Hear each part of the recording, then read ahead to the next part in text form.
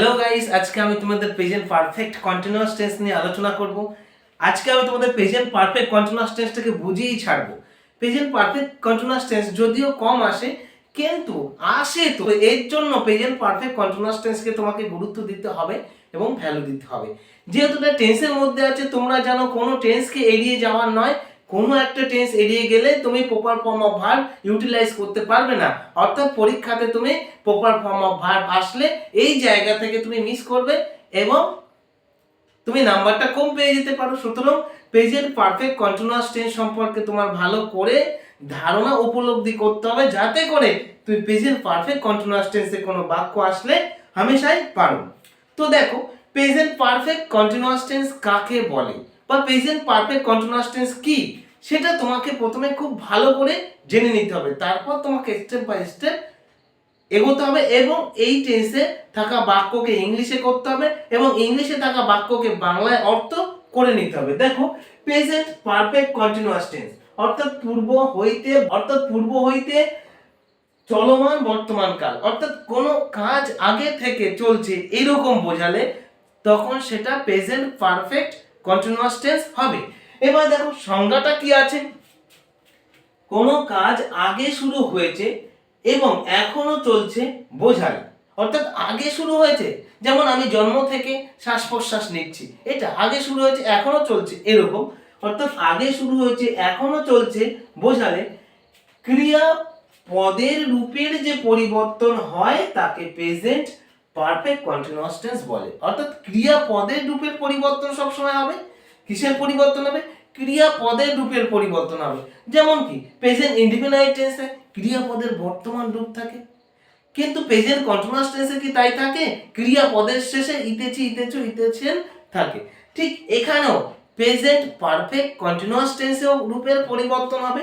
অর্থাৎ present perfect continuous টেন্সে ক্রিয়াপদের রূপে কি থাকবে, অর্থাৎ বাক্যটাকে বাংলা বাক্যটাকে তুমি কিভাবে বুঝবে? বাক্যটা প্রেজেন্ট কন্টিনিউয়াস টেন্সে আছে না প্রেজেন্ট পারফেক্ট কন্টিনিউয়াস টেন্সের গঠনের মধ্যে আছে, এটা তোমাকে খুব ভালো করে জেনে নিতে হবে। যদি এটাকে তুমি জানতে পারো তাহলে বাক্যটা হামেশাই গঠনে ফেলে তুমি ইংলিশে করতে পারবে, নাহলে তুমি পারবে না। তো তোমাকে আগে জানতে হবে বাক্যটাকে আমি কিভাবে ধরবো, কোন টেন্সের গঠনের মধ্যে আছে।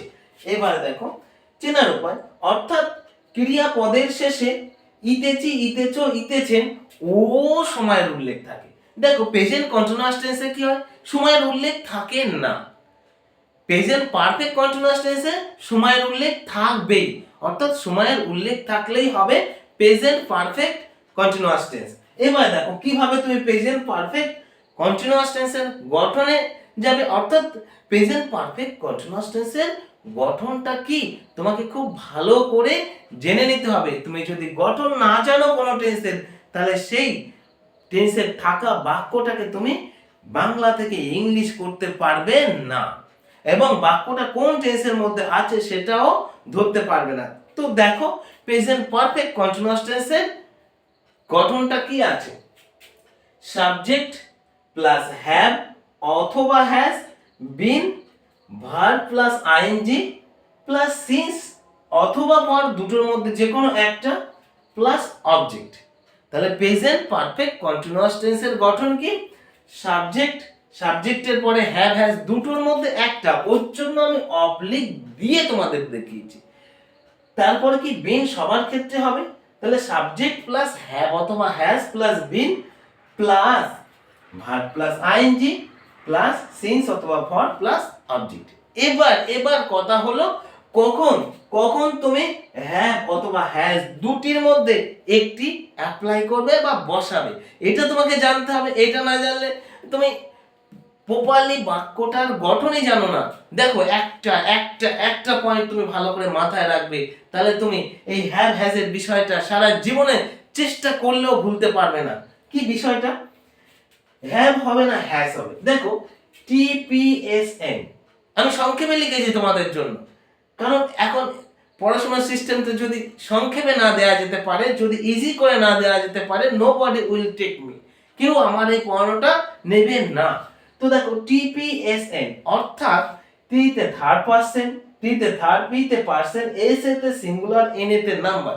সাবজেক্ট যদি থার্ড পারসন সিঙ্গুলার নাম্বার হয় তাহলে কি করতে হবে, তাহলে তোমাকে হ্যাজ বসাতে হবে সাবজেক্টের পর। আর বিন তো সবার ক্ষেত্রে কমন, তাহলে কি হলো, subject third person singular number হলে তোমাকে বসাতে হবে কি হ্যাজ। আর সাবজেক্ট যদি থার্ড পারসন সিঙ্গুলার নাম্বার না হয় অন্য যে কোনো পার্সনে থাক, এর জন্য লেখা হয়েছে অন্য সব পার্সনের ক্ষেত্রে হ্যাভ। অর্থাৎ তাহলে singular number third person singular নাম্বারের পরে হ্যাজ হচ্ছে এবং প্লুরাল নাম্বারের পরে কি হবে, হ্যাভ হবে, বা অন্য যে কোনো পার্সনের ক্ষেত্রে কি হবে, হ্যাভ। এইবার এই যে ব্যাকেজের মধ্যে দেয়া আছে একটা দুটি শব্দ, দেখো এই দুটি শব্দকে তুমি কিভাবে অ্যাপ্লাই করবে। দেখো সিন্স আর ফর অথবা ফর। সিন্স কখন অ্যাপ্লাই করবে, ফর কখন অ্যাপ্লাই করবে, দিমাগে ঢুকিয়ে নাও কথাটা, খুব ভালো করে মাথায় রাখো। সিন্স আর ফর এই দুটো প্রিপোজিশন, এই প্রিপোজিশন দুটি সঠিকভাবে ব্যবহার না করতে পারলে fill in the blank with proper form of preposition, fill in the blank with appropriate preposition, তুমি পারবে না। ওর জন্য এই প্রিপোজিশন দুটোকে তোমায় খুব ভালোভাবে জানতে হবে। দেখো সিন্স বলতে এখানে a certain point of time, অর্থাৎ একটা নির্দিষ্ট সময়কে বোঝালে আমরা কি বসাবো, সিন্স বসাবো। আর যে কোনো একটা সময় a periods of time, কিছু সময় ধরে চলছে এরকমটা বোঝালে, কোনো নির্দিষ্ট সময় বোঝাবে না, এরকম বোঝালে কি করব আমরা, ফর বসাবো। কি বসাবো, ফর বসাবো। এইভাবে তোমাকে প্রেজেন্ট পারফেক্ট টেন্সের গঠনটাকে কমপ্লিট করতে হবে। এই গঠন অনুযায়ী তুমি যদি বাক্যটা তৈরি করতে পারো, বাক্যটাকে লিখতে পারো, তাহলে there will be no any kinds of mistake, সেখানে কোনো ধরনের ভুল থাকবে না। তো দেখো আমি এখানে তোমাদের চারটে উদাহরণের সাহায্যে বোঝানোর চেষ্টা করেছি। খুব খুব খুব ভালো করে মন দিয়ে দেখে নাও। এই চারটে উদাহরণের মাধ্যমে তুমি যে কোনো প্রেজেন্ট পারফেক্ট টেন্সের বাক্য থাকুক না কেন তুমি ইংলিশ থেকে বাংলা করতে পারবে এবং বাংলা থেকে ইংলিশ করতে পারবে। তো দেখে নাও, সে 10 দিন ধরে জ্বরে ভুগছে। সে 10 দিন ধরে জ্বরে ভুগছে, এই বাক্যটা কোন টেন্সের গঠনে আছে তোমাকে খুব ভালো করে জানতে হবে। সে 10 দিন ধরে জ্বরে ভুগছে, এই বাক্যটা কোন টেন্সের গঠনে আছে, এই বাক্যটা প্রেজেন্ট পারফেক্ট কন্টিনিউয়াস টেন্সের গঠনে আছে। কি করে বুঝলাম আমি, এখানে বুঝিয়েছে কি ক্রিয়াপদের শেষ অর্থাৎ চেনার উপায়টা আমাকে বুঝিয়ে দিয়েছে। আর কি বুঝিয়ে দিয়েছে, আর সংজ্ঞা থেকে আমি বুঝে নিয়েছি এই বাক্যটা প্রেজেন্ট পারফেক্ট কন্টিনিউয়াস টেন্সের গঠনে আছে। এবার কথা হচ্ছে তুমি কিভাবে ইংলিশে ট্রান্সলেশন করবে বাক্যটাকে, এটাই হলো শেষ কথা। তুমি কিভাবে বাক্যটাকে ইংলিশে ট্রান্সলেশন করবে। তুমি যদি ইংলিশে ট্রান্সলেশন না করতে পারো, এভরিথিং ইজ ডিসমিস, সবকিছুই শেষ। তোমার ইন্টেনশন আলটিমেটলি চাওয়াটা কি, তোমাকে বাংলা থেকে বাক্যটা ইংলিশে করতে হবে অথবা ইংলিশ থেকে বাক্যটাকে বাংলায় কনভার্ট করতে হবে। তো বাংলায় তোমাকে মানেটাকে করতে হবে, অর্থটাকে করতে হবে, এটাই তোমার ইন্টেনশন বা উদ্দেশ্য ইংলিশ শেখার। তো দেখো এই বাক্যগুলোকে আমি কিভাবে ট্রান্সলেশনের সাহায্যে 1:1 বোঝাতে পারি। দেখো সে 10 দিন ধরে জ্বরে ভুগছে, এর মধ্যে সাবজেক্ট কি, হি অথবা C, say.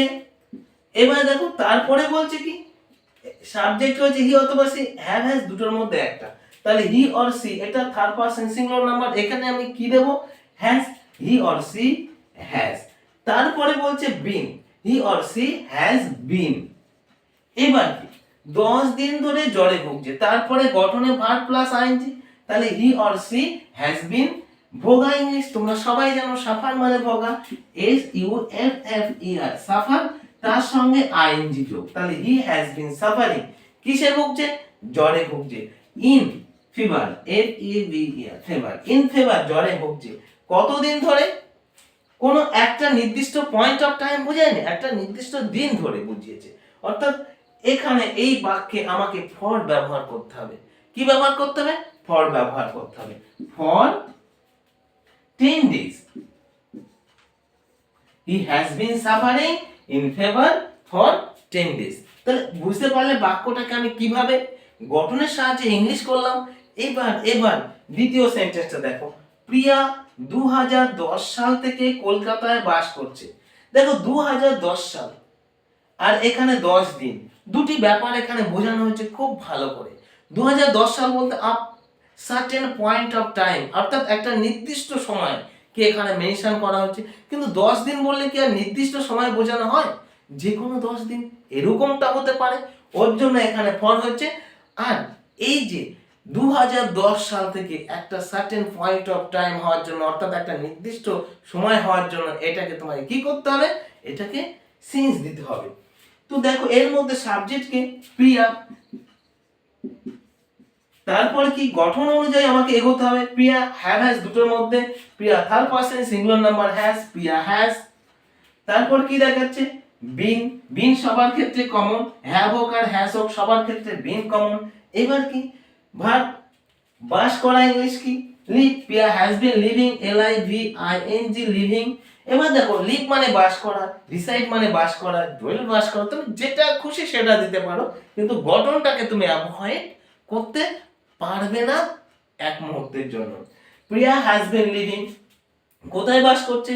In Kolkata, in Kolkata.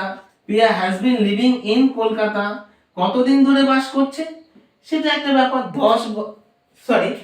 কত সাল থেকে বাস করছে? 2010 সাল থেকে। তাহলে সিন্স সিন্স 2010 সাল থেকে। এই যে বাক্যটা হয়ে গেল। এবার পরের বাক্যটা তোমরা ভালো করে দেখে নাও কি আছে। পরের বাক্যটা আছে আমি সকাল থেকে পড়ছি। আমি সকাল থেকে পড়ছি, এটাও কিন্তু আ সার্টেন পয়েন্ট অফ টাইম, একটা নির্দিষ্ট সময়কেই বোঝানো হচ্ছে আমি সকাল থেকে পড়ছি। তাহলে সাবজেক্ট কি? সাবজেক্ট আমি, আই। এবার কি গঠন অনুযায়ী হ্যাভ হ্যাজ দুটোর মধ্যে হ্যাভ, আই হ্যাভ। এই যে নিয়মটা তুমি মাথায় রাখবে, হ্যাভ হ্যাজ এর মধ্যে কোনটা কখন কোথায় বসানো হবে। আবার আমি একবার বলে দিচ্ছি তোমাদের সুবিধার জন্য। TPSF অর্থাৎ থার্ড পারসন সিঙ্গুলার নাম্বার হলে তোমাকে হ্যাজ দিতে হবে সাবজেক্টের পর, এবং অন্য সমস্ত পার্সন মানে কি? পার্সন তিন প্রকার, first person, second person, third person. তো ফার্স্ট পার্সন কি? I, we. কিন্তু আইটা থার্ড পার্সন সিঙ্গুলার নাম্বার না, সিঙ্গুলার নাম্বার অবশ্যই, কিন্তু এটা থার্ড পার্সন সিঙ্গুলার নাম্বার নয়। ওর জন্য আমি এখানে হ্যাজ দিতে পারবো না, এখানকার নিয়মের বাইরে আমি যেতে পারবো না। তার জন্য কি হচ্ছে? আই হ্যাভ দুটোর মধ্যে একটা আই হ্যাভ বিন। এবার কি? আই হ্যাভ বিন কি করছি? পড়ছি। পড়া ইংলিশ কি? পড়া English read, I have been reading, I have been reading. কখন থেকে পড়ছি? সকাল থেকে। তাহলে সকাল একটা নির্দিষ্ট টাইম, আমি জানি, তুমি জানো, সবাই সকাল একটা নির্দিষ্ট সময়। তাহলে সিন্স মর্নিং, সিন্স মর্নিং। এটি রবীন্দ্রনাথের একটা লাইন, মাগো মায়ে ছুটি দিতে বলে সকাল থেকে পড়েছি যে মেলায়, এখন তো মায়ে ঘরে বসে করবো শুধু পড়া পড়া খেলা। তো এই সেই লাইনটা আমি ট্রান্সলেশনের আগে তোমাদের বোঝানোর চেষ্টা করলাম। কি হলো দেখো, I have been reading since morning, আমি সকাল থেকে পড়ছি। পরের সেন্টেন্সটা তোমরা দেখে নাও, তারা বিকাল থেকে ফুটবল খেলছে। এটা ও a certain point of time, ওর জন্য এটাকেও তোমার এই প্রেজেন্ট পারফেক্ট কন্টিনিউয়াস টেন্সের গঠনে ফেলে ইংলিশে করতে হবে। তো দেখো তারা ইংলিশ তোমরা সবাই জানো। দে মানে আরো এরকমটা হয়, এরা ওরা তারা এনারা ওনারা তানারা, এত কিছু হয় দে মানে। তাহলে দে। এবার কি? দের পরে হ্যাভ হ্যাজ দুটোর মধ্যে একটা, দে হ্যাভ। তারপর কি বলছে? এই বিন তো বেটা সবার ক্ষেত্রে কমন। এই বিন কিরকম খেলে জানো? আমরা সাজাই খেলি না? সাজাই মানে এ দলেও খেলবো ও দলেও খেলবো, অর্থাৎ বিনটা সবার ক্ষেত্রে খেলবে, অর্থাৎ হ্যাভের সঙ্গেও খেলবে বিন, হ্যাজের সঙ্গেও বিন খেলবে। তাহলে কি হলো? They have been. এবার কি? ফুটবল খেলছে, খেলা করে ইংলিশ। আরে খেলা করে ইংলিশ তোমরা জানো না? Play, they have been play. এবার গঠন অনুযায়ী আইনি যোগ, দে হ্যাভ বিন প্লেইং। কখন থেকে খেলছে? এটাই ব্যাপার, একটা নির্দিষ্ট সময় থেকে, অর্থাৎ আ সার্টেন পয়েন্ট অফ টাইম, একটা নির্দিষ্ট সময় থেকে খেলছে। এর জন্য ফর এবং সিন্স দুটোর মধ্যে সিন্স হবে, সিন্স।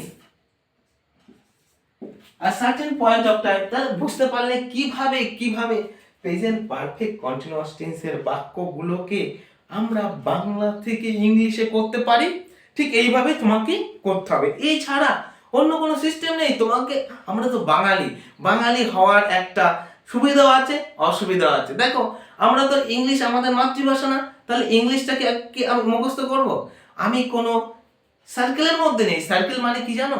অ্যাটমসফিয়ার, অর্থাৎ যে অ্যাটমসফিয়ারের মধ্যে সবসময় ইংলিশ বলা হয়, লেখা হয়, এবং ইংলিশ মিডিয়ামে ছাত্রছাত্রী বা কোনো বাচ্চাদেরকে পড়ানো হয়, তারা এই যে একটা অ্যাটমসফিয়ারের মধ্যে থাকে, অর্থাৎ ইংলিশ অ্যাটমসফিয়ারের মধ্যে থাকে, তারা ইংলিশটা কিছুটা বলতে বলতে চলতে চলতে শিখতে পারে। আর যাদের মাতৃভাষা ইংলিশ, তারা তো হামেশাই শিখবে। আমার কাছে কথা হচ্ছে, যারা সাধারণ ঘরের ছাত্রছাত্রী বা ছেলে মেয়ে, তারা কি করে ইংলিশ শিখবে? তারা কি মুখস্থ করবে? Not, never. They will not memorize English. I will say them to follow my system, then he or she will be able to learn English easily. Because কারণ আমরা কি করি জানো? আমরা যে সময় দিয়ে ভাবি, তার থেকে 10 গুণ বেশি সময় লাগে আমাদের বলতে। অর্থাৎ আমি যদি মাথার মধ্যে ভাবতে পারি, তাহলে কি হবে? বলতে আমার কোনো বাধা সৃষ্টি হবে না, কারণ 10 গুণ সময় আমি পাচ্ছি, ভাবার থেকে 10 গুণ সময়। এবার ভাবতে যে সময়টা লাগে, তার থেকে আরো 10 গুণ বেশি সময় লাগবে কি করতে? লিখতে। সুতরাং ভাবতে পারলে আমি বলতেও পারবো, বলতে পারলে আমি লিখতেও পারবো। ওর জন্য আমাকে, তোমাকে, সবাইকে ভেবে করতে হবে। মুখস্থ করে দেখো কতদিন তুমি ইংলিশ নিয়ে এগোতে পারো। তুমি এগোতে পারবেই না। এবার পয়েন্ট এসো। প্রেজেন্ট পারফেক্ট কন্টিনিউয়াস টেন্স হচ্ছিল, তো present perfect continuous tense related আর কি হতে পারে? বাবা, প্রেজেন্ট পারফেক্ট কন্টিনিউয়াস কেন, পৃথিবীর সমস্ত টেন্সকে আমরা কি করতে পারি? ইন্ট্রোগেটিভ সেন্টেন্স তৈরি করতে পারি। কি করতে পারি? ইন্ট্রোগেটিভ সেন্টেন্স তৈরি করতে পারি। আর ইন্ট্রোগেটিভ সেন্টেন্স তৈরি করতে হলে তুমি কিভাবে করবে, সেটাই তোমাকে মাথায় রাখতে হবে। দেখো, এই যে গঠন আছে, অর্থাৎ অ্যাসার্টিভ সেন্টেন্সের যে গঠন আছে, এই গঠনের কোথায় কি বসালে ইন্ট্রোগেটিভ সেন্টেন্স হবে, আমি সেটাই সহজে তোমাদেরকে বলে দেব। দেখো, subject plus have has plus been plus verb plus ING plus since অথবা ফর প্লাস অবজেক্ট, এটা প্রেজেন্ট পারফেক্ট কন্টিনিউয়াস টেন্সের গঠন। এই গঠনটাকে আমি ইন্ট্রোগেটিভ সেন্টেন্সের গঠন করব। কোন সেন্টেন্সের গঠন করব? ইন্ট্রোগেটিভ, অর্থাৎ জিজ্ঞাসামূলক বাক্যের গঠন করব। সেই ক্ষেত্রে কি করব? আমি প্রথমে আনবো ডব্লিউএইচ ওয়ার্ড।